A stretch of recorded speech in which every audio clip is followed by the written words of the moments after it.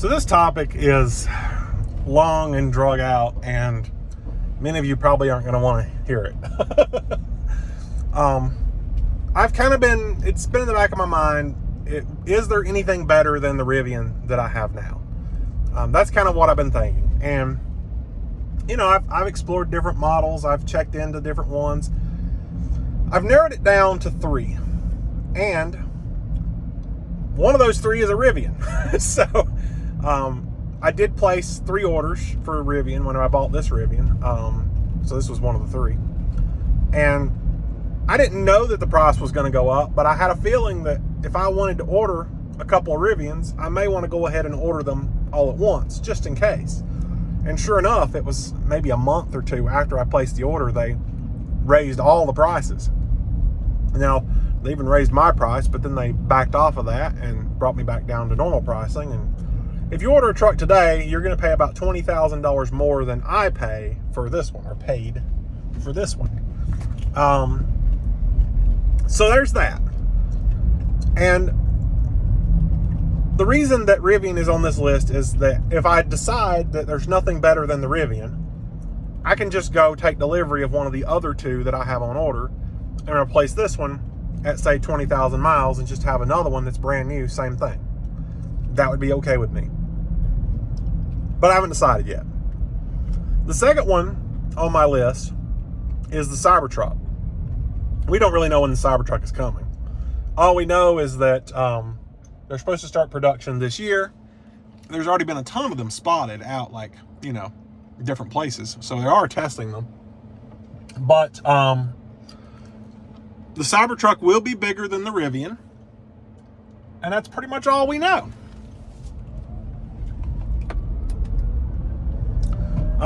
We know that it will have onboard power, which is something I'm really interested in. My Rivian has a 1.6 kilowatt or 1.5 kilowatt onboard power system. It's not a lot.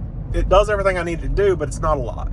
I liked the Cybertruck and the F-150 Lightning because they can power my whole house. They have that kind of power on board.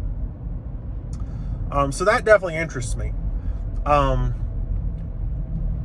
I'm not sure that I am completely sold on the design of the Cybertruck. And I wasn't on the Rivian either whenever I first, ordered it. I was like, oh, it's kind of ugly. But it definitely grew on me, and now I like it. So I'm really hoping that the Cybertruck will also grow on me, and I will like it.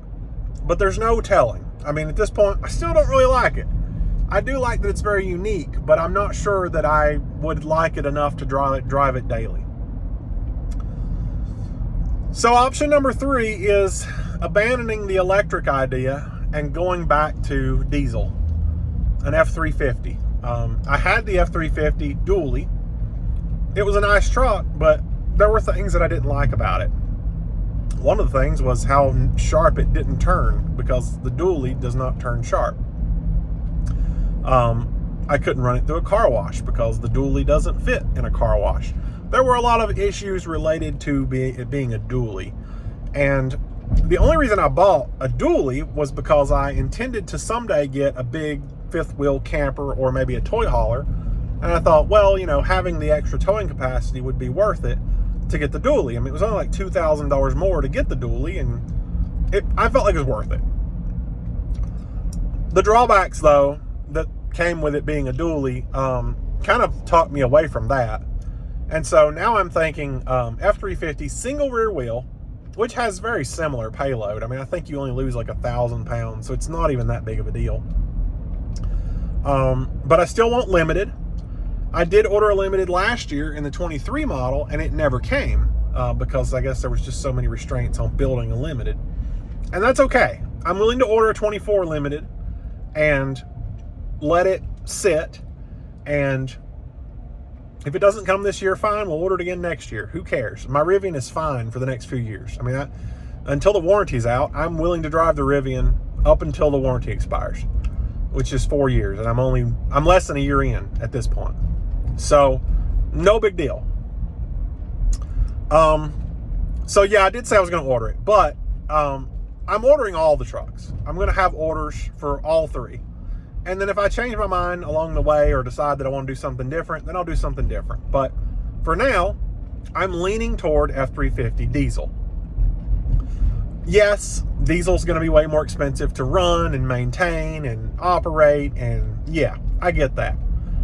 Convenience comes at a cost, and if I want to go somewhere further than 200 miles from my house and not rely on CCS, I mean, the options are Cybertruck or diesel.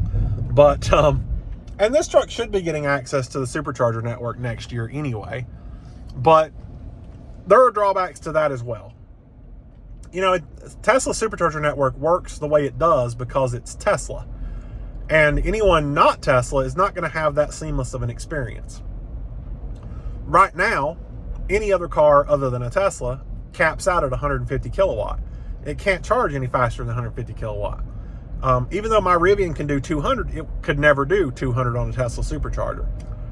All the while, it's way more expensive than all the other fast chargers out there. I think it's like 50 cents a kilowatt hour or something close for the Tesla or for the Cybertruck, any truck vehicle not Tesla. Let's put it that way. So yeah, that's not great either. And then it's not going to be as easy because with Tesla, you back up, you plug in, 6 seconds later, time it every single time, 6 seconds later, you're charging. And that's just how it works. With these, there is no plug and charge. There is no way to plug and charge as of now. So you have to launch your app and you have to pre-authorize the charger, and then you have to pull it out of the handle and plug it into your truck. You know, no, it's nowhere near as easy and convenient. And it's nowhere near as good because you don't get that 250 kilowatt like I can on my Tesla. So yeah, Rivian doesn't really meet the expectation as far as charging goes, as far as it being a big truck. It's not a very big truck. It's fine for me, and maybe 2 people's fine. But when you get to 3 and 4 people, it's like, oh wow, this is really cramped. And then if you try to put anything in the bed, it's only a 4-foot bed, 4.5-foot bed. It doesn't work. So I don't think Rivian is where it's at. And Cybertruck is also a very solid option. It is bigger. It does have the charging network. I mean, everything that the Rivian falls short on of being an electric truck, the Cybertruck picks up. But I'm just not 100% on the design. I don't know. It's ugly. And I like being unique. I like having that, you know, what no one else has, because that's what I've always liked. But I have to also like it. And if I don't 100% like it, I will find a reason not to like it. And that's just the way I do. So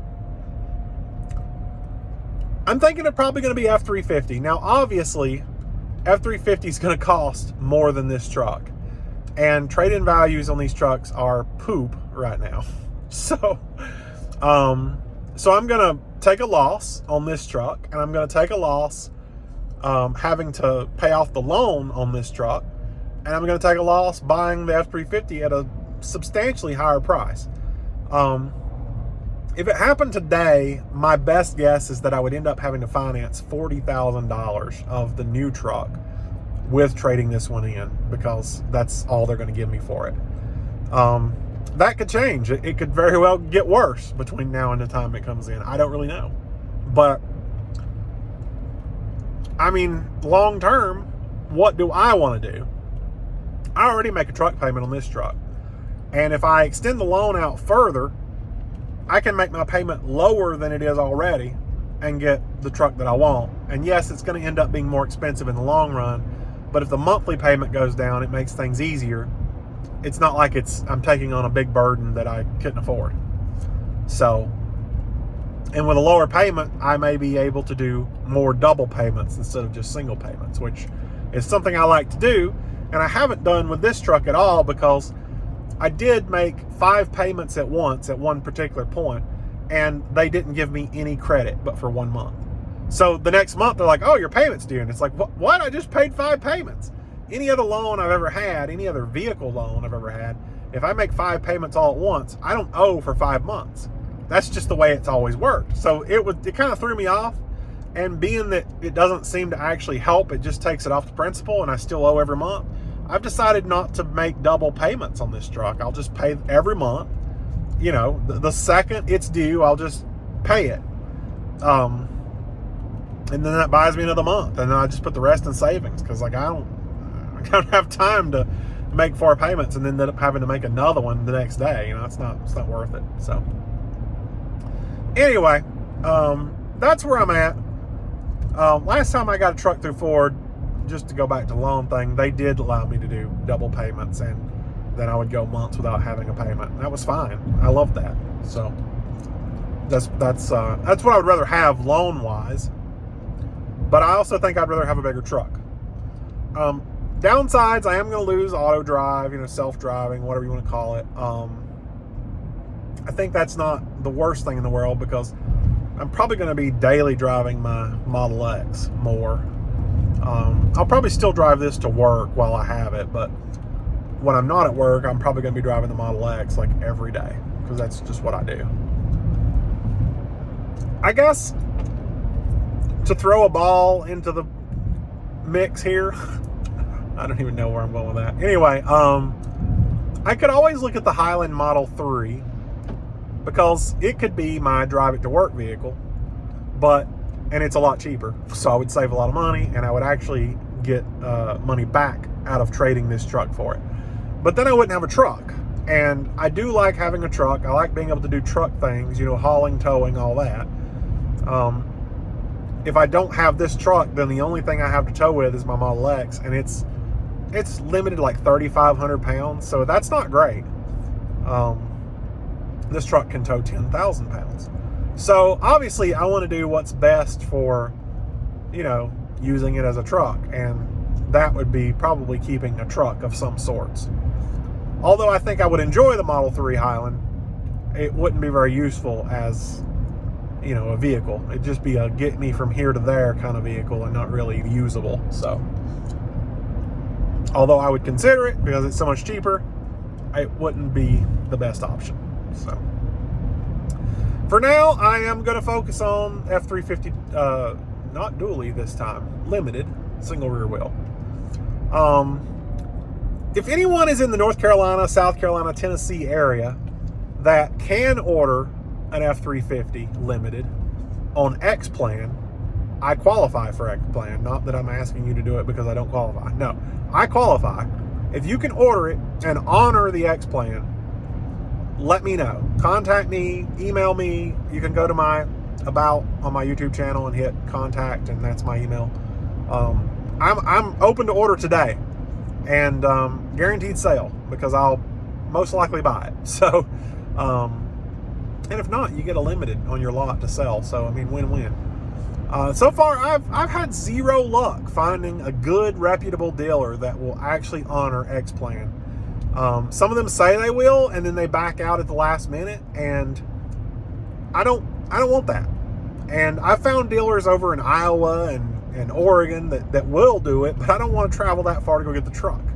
So if you're within this general vicinity, or you know someone who's within this general vicinity that works for a Ford dealer, let me know, because I am actively on the search for a dealer to order through that will honor X plan. Anyway, that's all I got. I'll talk to you guys later.